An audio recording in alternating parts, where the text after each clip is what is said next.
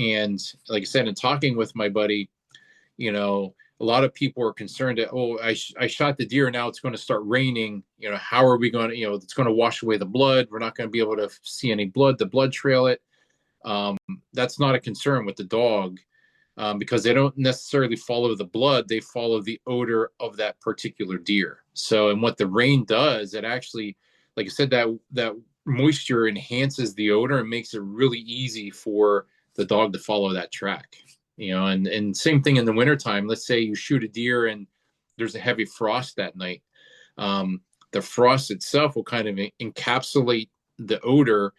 And then once that the sun comes up and that frost starts to melt, that's when it's like the optimal time to run the dog on that track, because that moisture kind of reactivates that odor, that scent, to make it really kind of stick out to the dog. So I apply that same principle to my scrapes. Hit it with a little spray bottle, make it kind of damp, and then get your scent in there, and that just kind of helps enhance it, and will kind of keep it in there for a little bit longer. And back to the dog tracker, like the worst days, the hardest days for them to track, or the days when it's really hot and warm outside, because that's when scent kind tends to dissipate at a much faster rate.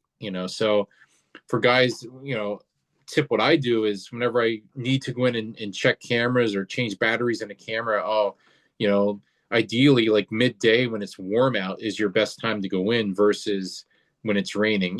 Obviously a heavy torrential downpour for a couple of days is going to wash away some odor, but if it's just a normal rain, your odor is going to stick around in there. So like the best day to go in and check your batteries or pull your cards or whatever the case may be is, when it's fairly hot and warm outside, because your odor is going to dissipate a lot faster on those days. Something to think about.